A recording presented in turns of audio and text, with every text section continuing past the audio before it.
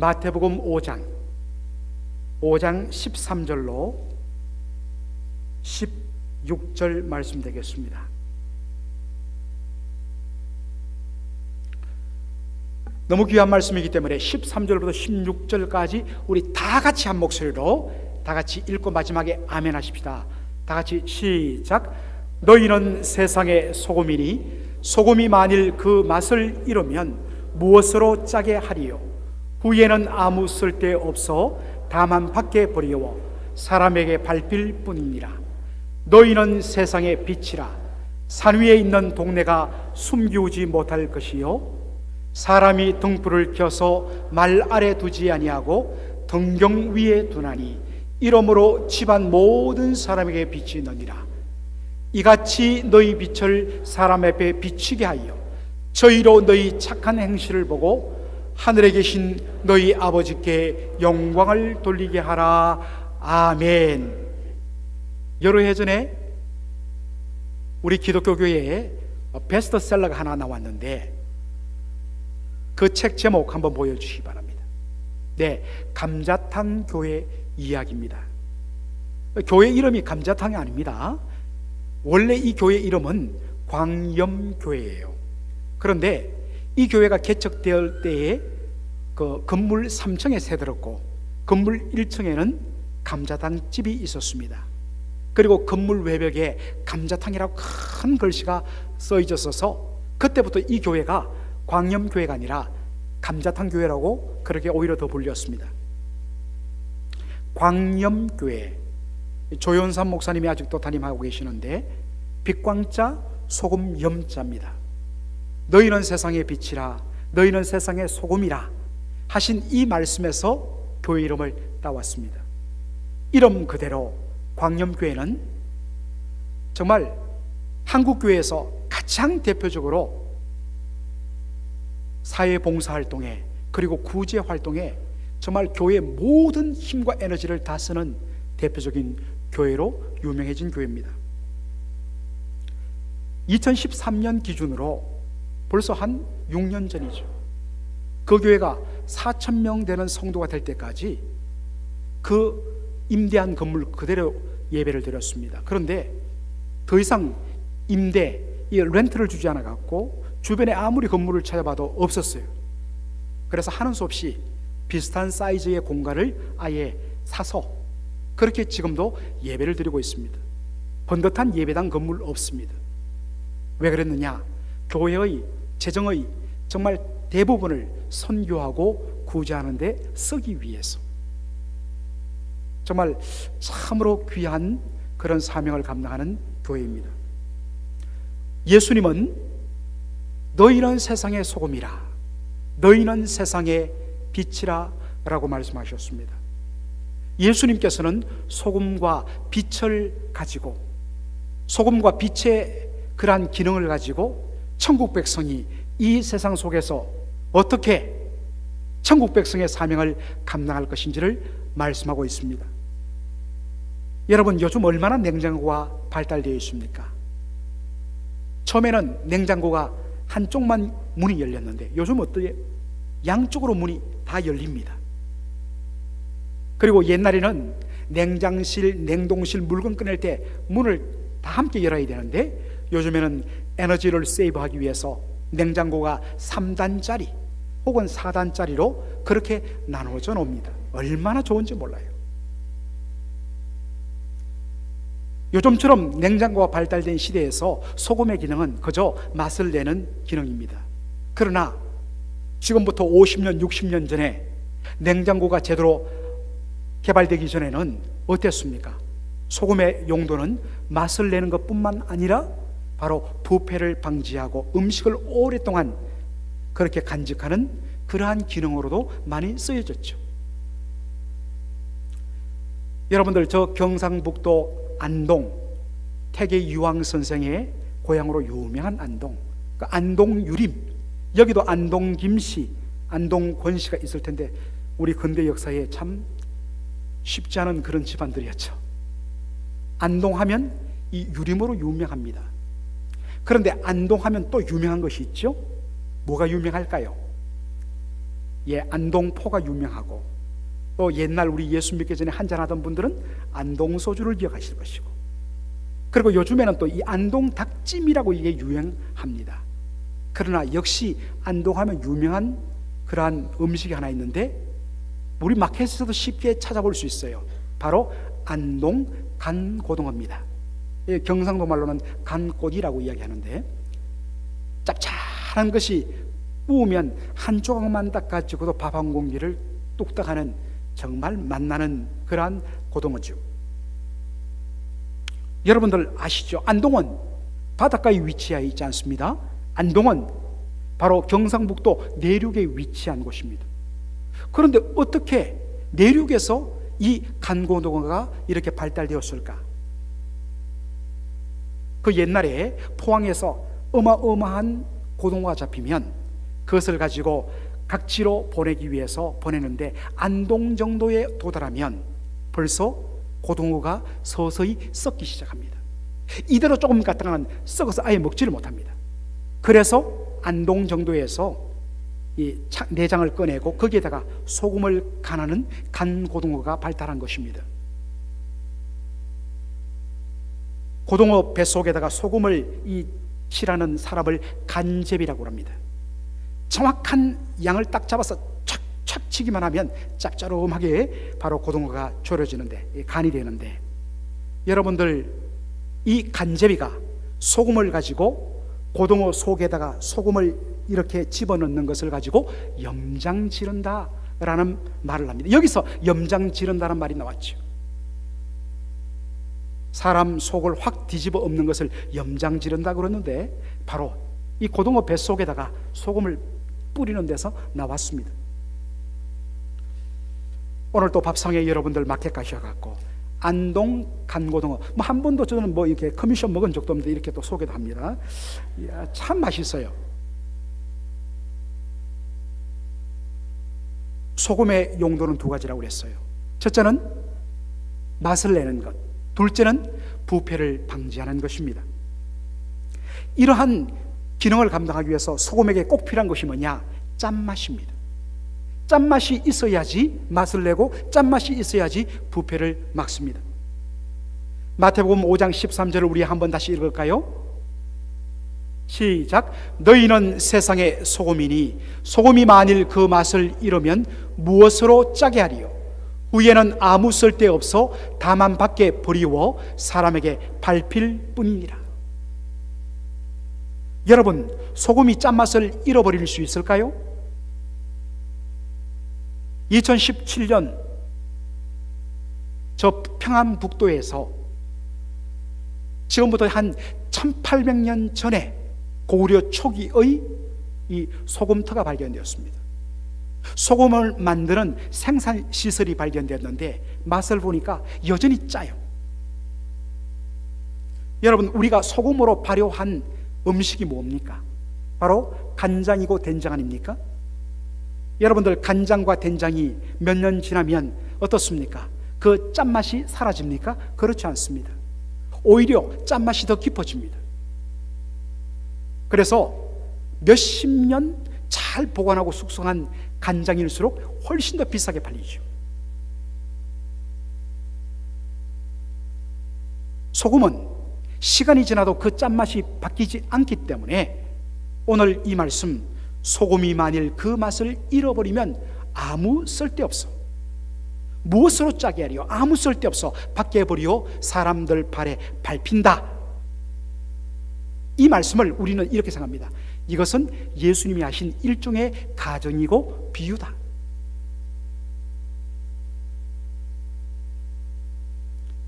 과연 여러분 그럴까요? 결론부터 말씀드리면 예수님이 하신 소금이 그 맛을 잃어버릴 수 있다는 이 말씀은 fact, 사실이란 것입니다. 여러분, 우리 한국에서는 소금을 어떻게 생산하지요? 염전을 통해서 소금을 생산합니다. 한번 사진을 한번 볼까요? 예, 저렇게 바닷물을 이 밭으로, 논으로 끌어들여서 염전, 소금 밭으로 끌어들여 갖고, 그리고 천일, 하늘에서 내려지는 햇볕으로, 그리고 바닷바람에 의해서 물기가 말라지고, 저렇게 해서 계속해서 왔다 갔다 하다 보면 저렇게 하얀 소금이 생깁니다. 저것을 가지고 우리는 천일염이라고 그러죠. 하늘 햇빛으로 만든 소금. 이 천일염 하면 신안 앞바다 천일염이 유명하죠. 여러분들 김장김치 담을 때에 바로 절이는 소금이 바로 천일염이죠. 천일염은 시간이 아무리 지나도 그 짠맛이 바뀌지 않습니다. 반면에 저 아르헨티나나 남미나 그리고 히말라야에 가면 소금을 어디서 얻느냐? 산속에 광산에서 얻습니다. 그것을 가지고 우리가 바위 암자를 써서 암염, 락솔트라고 그러죠. 그래서 히말라야 락솔트는 이 핑크색이 돌고, 아르헨티나 쪽에서 생산되는 소금은 하얀 색깔이 돕니다. 여러분, 아르헨티나 암염을 뿌려서 만든 유명한 음식이 무엇입니까? 아사도죠. 우리 교회에 아사도 달인이 한 분 있어요. 정기용 집사님이라고. 네, 이제 큰일 났습니다. 제가 캘리포니아에서도 아사도를 먹어보고 아르헨티나 식당 가서도 먹어보고 했는데, 지금까지 그 어디에서 맛봐도 우리 정기용 아사도는 따라올 수 없었습니다. 기가 막혀요. 너무너무 맛있습니다. 한 번 더 해달라는 뜻은 아니지만 해주시면 맛있게 먹겠습니다. 정말 정말 맛있어요. 그런데 이 아사도는요, 그냥 일반 천일염 뿌려서는 맛이 안 나요. 이 아르헨티나 암염 락솔트를 위에 굵직굵직하게 뿌려야지 제맛입니다. 천일염이나 암염이나 똑같이 짠맛은 없어지지 않습니다. 그런데 반면에 예수님이 사셨던 고대 팔레스타인에서는 어떻게 소금을 만드느냐? 땅에서 캐냅니다. 팔레스타인 땅 보면 소금 있는 지역에 땅을 파면 이런 덩어리가 나와요. 그런데 이 돌덩어리에는 소금 성분과 함께 불순물들이 함께 섞여 있습니다. 그럼 어떡하느냐? 망치로 그 돌들을 탁탁 조각조각 내갖고 물속에 담굽니다. 시간이 지나면 그 속에 들어있던 이 짭짤한 염분이 빠져나옵니다. 그러면 그것을 가지고 이제 햇볕에 말려서 소금을 얻습니다. 그럼 이 소금 염분이 다 빠진 돌조각들은 뭐 하느냐? 더 이상 짠맛이 없기 때문에 그 다음에는 길거리에 던져버리는 것입니다. 그래서 사람들 발에 밟히는 것이죠. 바로 이 말씀을 가지고 예수님 하시는 것입니다. 너희는 세상의 소금이니 소금이 만일 그 맛을 잃어버리면 무엇으로 짜게 하리요? 후에는 아무 쓸데없어 길에 버리워 사람들에게 밟힐 뿐이니라 말씀하시는 것입니다. 여러분, 소금의 첫 번째 기능은 맛을 낸다고 했습니다. 너희는 세상의 소금이니, 이 세상이 어떤 곳이냐? 사람들이 삶의 의미와 목적과 이유를 모르는 채 몸이 건조하게 아무 살맛 없이 그저 아침에 눈 뜨면 대충 밥 먹고 일터로 나갔어. 그냥 하루 종일 일하다가 또 집어 들어오고 기계적인 삶. 그런데 예수 믿는 사람들이 세상 속에서 똑같이 일하면서 삶의 의미와 목적과 이유를 가지고 삶의 가치를 가지고 똑같이 바쁩니다. 똑같이 힘듭니다. 똑같이 하루 10시간 이상 일해요. 그런데 예수 믿는 사람들 보니까 삶의 의미와 목적을 가지고 살고, 그들 보니까 삶의 희열이 느껴집니다. 얼굴을 보니까 생기가 넘치고 기쁨과 감사가 넘치고 소망 있는 삶을 살아요. 똑같이 힘든데, 똑같이 일하는데 왜 저 사람들은 다를까? 시간이 지나면서 세상 사람들이 묻습니다. 당신들의 마음속에 있는 소망의 이유가 무엇이기에 당신은 나와 다르게 삽니까? 그때 우리가 이해하게 됩니다. 나를 이렇게 낫나게 살게 하신 분, 바로 예수님 때문이라고. 소금의 두 번째 기능은 부패를 막는 기능이라 했습니다. 여러분 많이 들으셨을 것입니다.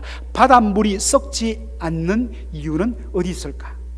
바로 소금의 짠맛입니다. 바닷물에 포함된 염분 농도는 얼마나 될까요?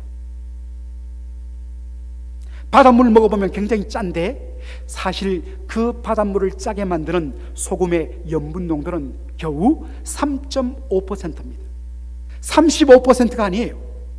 3.5%의 염분 농도로 온 세상 모든 바닷물을 똑같이 짜게 만들고 바닷물을 썩지 않게 만든다는 것입니다. 소수의 천국 백성이 부패한 세상 속에 들어가 살면 세상의 썩어짐을 충분히 막아낼 수 있다는 것입니다. 그런데 예수님 말씀처럼 만일 천국 백성이 그 소금의 맛을 잃어버린다면 어떻게 될까? 소금의 맛을 잃어버린다는 무슨 뜻이라고 그랬죠? 삶의 의미와 이유와 목적을 상실한 채 무미건조하게 살아가는 세상 사람들과 전혀 구분 안 되게 천국 백성이라고 이야기하면서도 예수님을 모시고 산다면서도 그들과 똑같이 삶의 의미도 이유도 모르고 날마다 아무런 인생의 살맛을 느끼지 못한 채 똑같이 살아간다면 부패한 세상과 전혀 구별 안 되게 똑같이 부패하고 부정직하게 살아간다면 예수님이 말씀하십니다. 아무 쓸데없어 길에 버리워 사람들 발에 밟힐 뿐이라.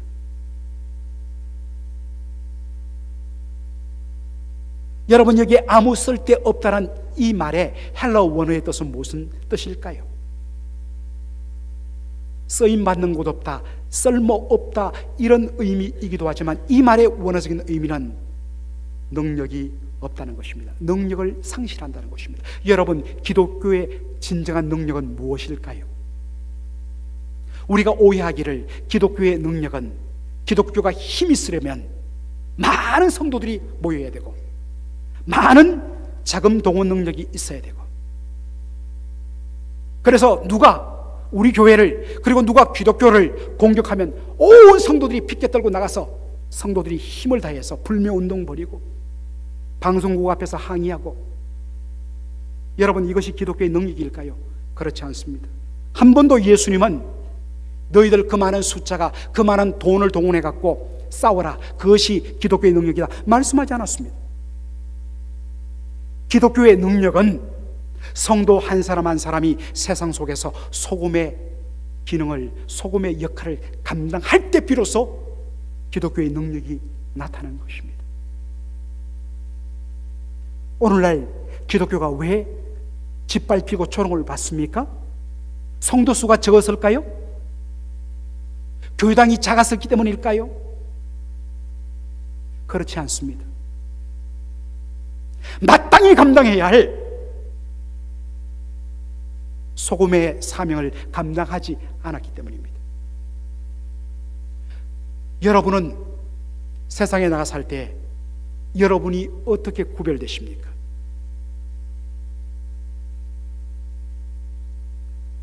오늘 마태복음 5장 14절로 15절을 우리 한번 읽어보도록 하겠습니다. 시작. 너희는 세상의 빛이라. 산 위에 있는 동네가 숨기우지 못할 것이요 사람이 등불을 켜서 말 아래 두지 아니하고 등경 위에 두나니 이러므로 집안 모든 사람에게 빛이 느니라. 아멘. 여러분 등불을 왜 킵니까? 등불을 켜는 이유는 어둠을 밝히기 위해서입니다. 바로 그 목적을 가지고 등불을 켜기 때문에 등불을 탁 켜갖고 말 속에 쉽게 말하면 버킷, 통 속에 그 불을 집어넣는다면 불빛은 이 통의 벽에 가로막혀갖고 그 통 속에서만 빛을 발할 뿐 여전히 집 방 안은 어두울 것입니다. 어리석은 것이죠.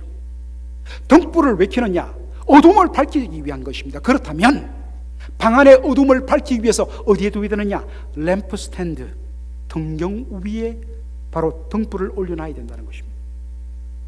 지극히 상식적인 이야기죠. 예수님이 왜 이 말씀을 하시느냐? 우리 예수 믿는 사람들이 그 당시 바로 유대인들이 거룩을 오해했기 때문입니다. 많은 사람들은 거룩을 이 더럽고 죄 많은 세상에서 떠나고 세상으로부터 분리되는 것, 이것을 사람들은 거룩이라고 생각해요. 여러분, 예수님께서 지금 이 말씀을 하시던 곳은 저 팔레스타인 북쪽 갈릴리 호수였습니다. 그런데 그 갈릴리 호수를 밑으로 해서 요단강을 따라 쭉 밑으로 내려오면 남쪽에 무엇이 있느냐? 무엇이 있겠습니까? 바로 사해 바다가 있습니다. 이 사해 바다 서쪽 지역을 쿰란이라고 이야기하는데 완전히 돌밭입니다. 완전히 황야입니다. 바로 이곳에 살고 있던 사람들을 에세네파라고 이야기합니다. 화면 한번 보여주시죠. 에세네파. 예수님 당시에 이들이 사해 서쪽 지역, 쿰란 지역 한번 사진 보여주시겠어요? 바로 저렇습니다. 저런 광야 속에, 깊은 골짜기 속에 군데군데 구멍이 숭숭 뚫린 것이 동굴입니다. 바로 에세네파 사람들이 이 쿰란에 있는 동굴 속에 들어가서 이 더럽고 추한 악한 세상에서 완전히 분리되어서 우리만 거룩하게 살자 해서 모인 곳이 뭐냐? 쿰란 공동체예요.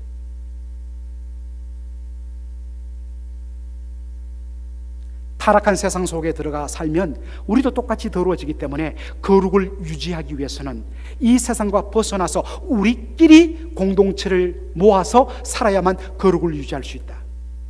이게 에세네파 사람들이었습니다. 예수님 당시에도 있었습니다. 여러분, 이 에세네파 쿰란 공동체 사람들이 자신들을 가리켜 뭐라고 했는지 아세요? 이렇게 했습니다. We are the children of the light. 빛의 자녀들이라고 이야기했습니다. 스스로를 가리켜 We are the children of the light. 우리는 빛의 자녀들이다.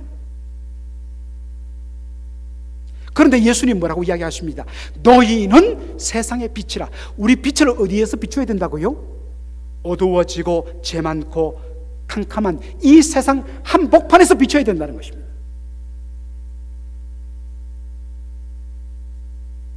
여러분, 예수님이 말씀하시는 거룩은 무슨 뜻일까요? 한번 보여주세요. Holiness는 not separated, 분리가 아니라 but consecrated, 구별된 삶입니다. Not separated, but consecrated. 더럽고 추한 세상으로부터 분리되어 사는 것이 거룩이 아니라 세상 속으로 들어가 세상 속에서 살지만 세상의 가치관과 구별되어 하나님 나라의 가치관으로 살아가는 것, 이게 뭐냐? 거룩이에요. 하나님은 이런 거룩을 요구하십니다. 요한복음 17장 18절에 예수님 뭐라고 이야기하십니까? 아버지께서 나를 세상에 보낸 것 같이 나도 저희를 세상에 보내었다 말씀하십니다. 더럽고 죄 많은 세상을 떠나라 하신 것이 아니라 도리어 예수님은 뭐라고 이야기하십니까? 내가 너희를 세상에 보냈다라고 이야기하고 있습니다. 그 세상 속에 들어가 거기서 구별된 빛과 소금의 삶을 통해서 세상을 변화시키라고 보내신 것입니다. 그런데 어떻습니까? 우리가 세상 속에 들어가기만 하면 그저 세상이 바뀝니까? 그렇지 않습니다. 그것 때문에 우리 주님께서 주신 말씀이 뭐냐? 요한복음 17장 17절 우리가 다 같이 한 목소리를 읽겠습니다. 시작. 저희를 진리로 거룩하게 하옵소서. 아버지의 말씀은 진리입니다. 하나님의 말씀이 우리 속에 들어와 무엇이 옳고 그르며 무엇이 하나님이 기뻐하시는 삶인가를 말씀의 능력을 통하여 우리에게 도전 주고, 말씀의 능력을 통하여 우리의 눈을 열어주고, 말씀의 은혜를 통하여 우리에게 생 공급받지 아니하면 세상에 들어가 똑같이 구별되지 않는 삶 살 수밖에 없어요. 우리는. 그래서 날마다 우리가 하나님 말씀 묵상하고 말씀 읽고 말씀을 붙들고 기도하지 않고는 성도의 삶을 살 수가 없어요. 여러분, 날마다 맥체인 성경 읽기표를 가지고 표시하면서 말씀을 읽고 계십니까? 매일 성경 책자를 통하여 날마다 일정한 분량의 말씀을 묵상하며 그 말씀 붙들고 기도하며 그 말씀 붙들고 몸부림치고 있습니까? 아버지의 말씀, 진리의 말씀이 공급되어야만 세상에서 우리가 구별된 제자의 삶 살 수 있습니다. 주일 하루 여기 강단에서 듣는 말씀으로는 부족해요.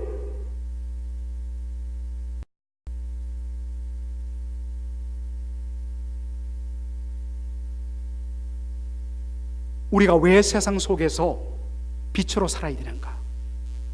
그 근본 이유를 말씀합니다. 그것은 우리의 신분과 소속이 달라졌기 때문입니다. 에베소서 5장 8절로 9절을 우리 다 같이 한번 한 목소리를 읽을까요? 자, 이건 나중에 부르고 에베소서 5장 8절로 9절. 자, 준비 안 됐습니까? 제가 읽도록 하겠습니다. 너희가, 다 같이 읽겠습니다. 시작. 너희가 전에는 어둠이더니 이제는 주 안에서 빛이라. 빛의 자녀들처럼 행하라. 빛의 열매는 모든 착함과 의로움과 진실함에 있느니라. 다 같이 아멘. 왜 우리가 빛으로 살아야 되는가? 세상의 빛으로 살아야 되는가? 다시 말씀 보여주시고, 우리가 빛의 자녀가 되었기 때문입니다. 빛 대신 하나님 아버지의 자녀가 되었기 때문에 빛의 자녀들처럼 행해야 된다는 것입니다. 지난주 제가 말씀드렸죠. 하나님의 아들, 하나님의 자녀란 말씀의 의미가 뭔가? 첫째는 하나님의 자녀는 아버지의 모든 것을 상속받는 상속자라고 했습니다. 둘째로 하나님의 아들, 하나님의 자녀란 말은 무슨 뜻이라고 그랬어요? 아버지를 닮는 자. 우리 하나님 아버지가 빛이심에 하나님의 자녀인 우리도 어떻게 살아야 됩니까? 빛으로 살아야 돼요. 그래서 빛의 자녀들처럼 행해야 된다는 것입니다. 빛의 자녀들처럼 살았을 때 그 열매가 무엇이라고요? 열매는 모든 착함과 의로움과 진실함에 있다 했습니다.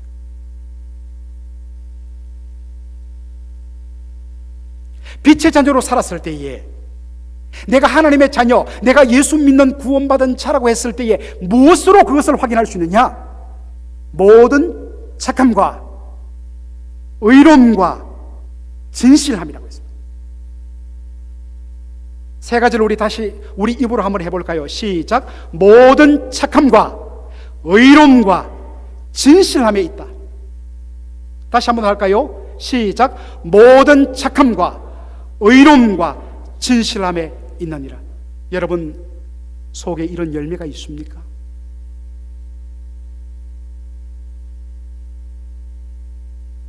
왜 우리가 세상의 소금과 세상의 빛으로 살아야 되는가? 마태복음 5장 16절을 다 같이 한 목소리를 읽겠습니다. 시작. 이같이 너희 빛을 사람 앞에 비추게 하여 저희로 너희 착한 행실을 보고 하늘에 계신 너희 아버지께 영광을 돌리게 하라. 너희 빛을 사람 앞에 비치게 하여 저희로 너희 착한 행실을 보고, 이 저희가 누굽니까? 예수 믿지 않는 세상 사람들을 말이에요.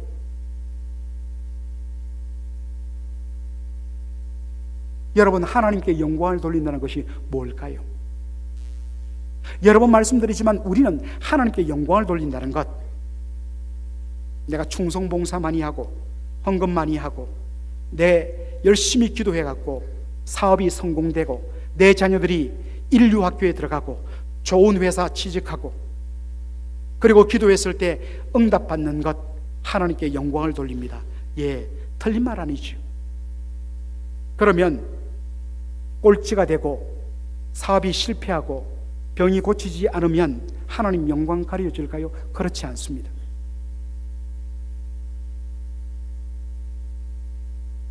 성경에서 말하는 하나님의 영광은 뭐냐?